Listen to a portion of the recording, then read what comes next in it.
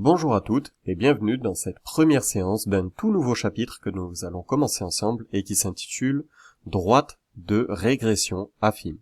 Alors c'est un chapitre qui n'est vraiment pas très compliqué. Je trouve que ça tombe bien de le traiter tant que vous êtes à distance, comme ça ne vous met pas dans des complexités. Et je vais vous présenter un peu la toute première activité que l'on va faire pour commencer à découvrir les droites de régression. Alors ça parle de Kenny qui a acheté une voiture et qui a relevé sa consommation moyenne qui est de 5 litres d'essence aux 100 km.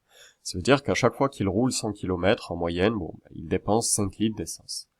Et il voudrait connaître l'émission de CO2 correspondante afin de situer sa voiture sur l'étiquette énergie CO2 apposée au véhicule neuf.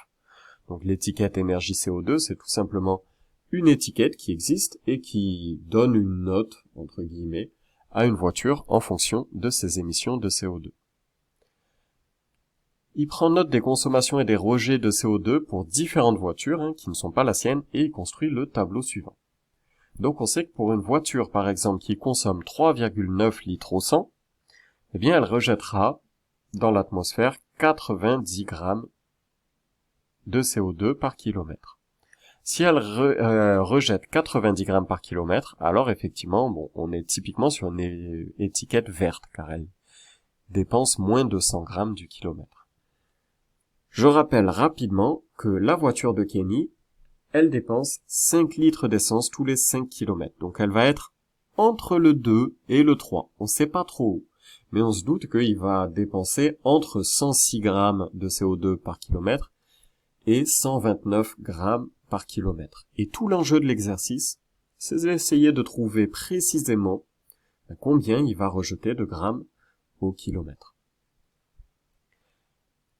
Sachant que s'il dépense plus près de 106 km, il aura une étiquette qui sera B, et s'il dépense plutôt 129 grammes du kilomètre, il aura une étiquette qui correspondra à la note C. Donc l'enjeu de l'exercice, c'est vraiment de savoir est-ce qu'il va être plutôt en étiquette B ou en étiquette C. Il va falloir essayer de trouver combien de grammes par kilomètre dépense une voiture qui consomme 5 litres d'essence aux 5 km.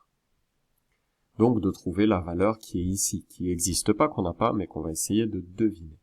Alors pour ça, on vous demande de réaliser un graphique. Alors si vous n'avez pas d'imprimante, il n'y a aucun problème. Vous pouvez très bien utiliser une règle et refaire le graphique. Alors ne me refaites pas tous les traits, évidemment. Il y en a beaucoup trop.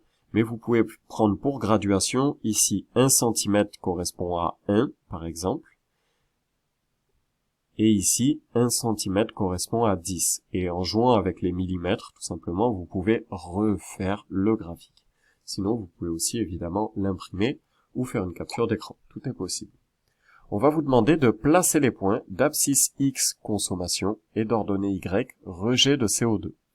Alors en fait, vous avez le tableau qui est donné au-dessus et ça va vous donner un ensemble de 6 points. Par exemple, le premier point correspondra à une consommation de 3,9 litres au 100 km et un rejet de CO2 de 90 grammes par kilomètre. Vous allez donc le placer par ici. Vous regardez la consommation en litres par 100 km. Vous vous placez à peu près à 3,9 qui correspond ici. Ça vous fait une première encoche qui est par là. Et vous savez que pour ce 3,9, ça correspond à un 90. Donc on va monter à 90 en ordonnée. Et vous savez que vous avez le premier point qui est placé ici. Il faudra le placer plus précisément que moi, qui n'est que mon pauvre ordinateur. Vous pouvez avoir un peu plus de précision. L'idée, c'est que ce point-ci, il a bien 90 qui est là et 3,9 qui est ici, qui correspond aux deux données 3,9 et 90. Il vous faudra placer les autres points du tableau en suivant exactement cette même méthode. Ça va vous donner 6 points qui seront placés un peu partout.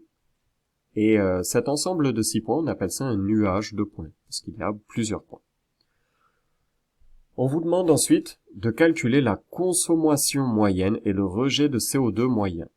Alors la consommation moyenne, on l'appellera X bar, alors ça correspond à la moyenne des X, et le rejet de CO2 moyen, il s'appellera Y bar, ça correspond à la moyenne des Y. Alors tout simplement, vous allez prendre votre tableau ici. Vous savez que la consommation, ça correspond au X, donc vous allez faire la moyenne de ces consommations. Bon, vous savez calculer une moyenne, je ne me fais pas de soucis là-dessus.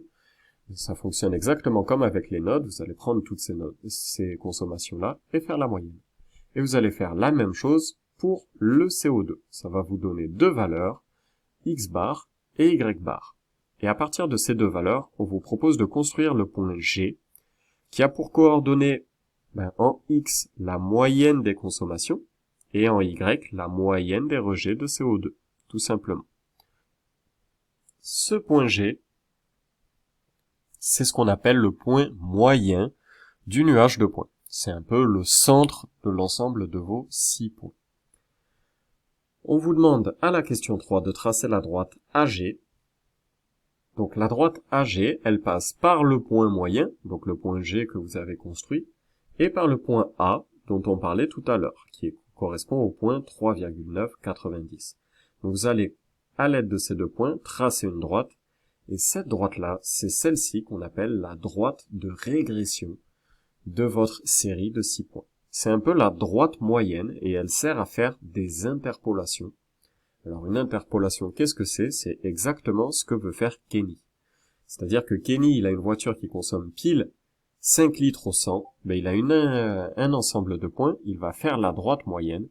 Et grâce à cette droite moyenne, le but, ça va être de calculer précisément combien une voiture qui consomme 5 litres va rejeter de CO2.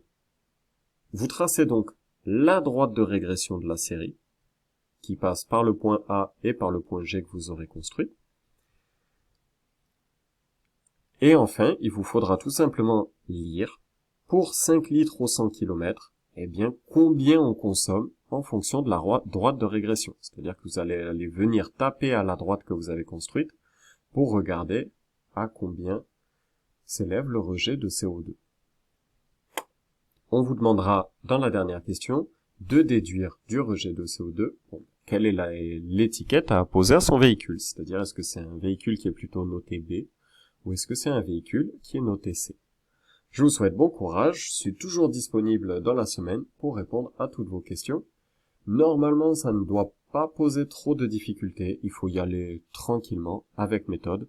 Mais je vous fais largement confiance pour réussir cet exercice. Je vous souhaite une bonne semaine et à très bientôt.